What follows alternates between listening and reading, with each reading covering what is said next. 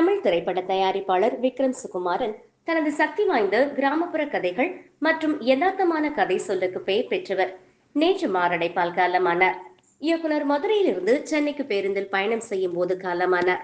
அவரது அகால மரண செய்தி தமிழ் திரையுலகத்தை அதிர்ச்சிக்குள்ளாக்கியது.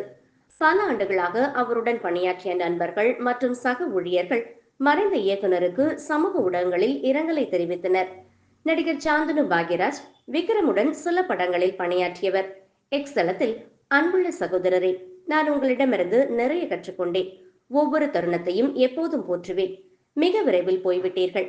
விக்ரம் சுகுமாரன் ஒரு தமிழ் திரைப்பட இயக்குனர் மற்றும் திரைக்கதை எழுத்தாளர். மதையானை கூட்டம் என்ற திரைப்படம் மூலமாக அவர் திரையுலகிற்கு அறிமுகமானார். இயக்குனராக மாறுவதற்கு முன்பு புகழ்பெற்ற திரைப்பட தயாரிப்பாளர் பாலு மகேந்திராவின் கீழ் பணியாற்றியவர். மேலும் சுப்பிரமணியபுரம் படத்திலும் டயலாக் ரைட்டராக பணிபுரிந்தார்.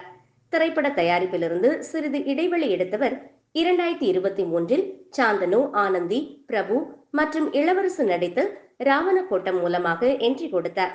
விக்ரம் மலையேற்றத்தை மையமாக கொண்ட தேரும் போரும் என்ற படத்திலும் பணியாற்றினார்.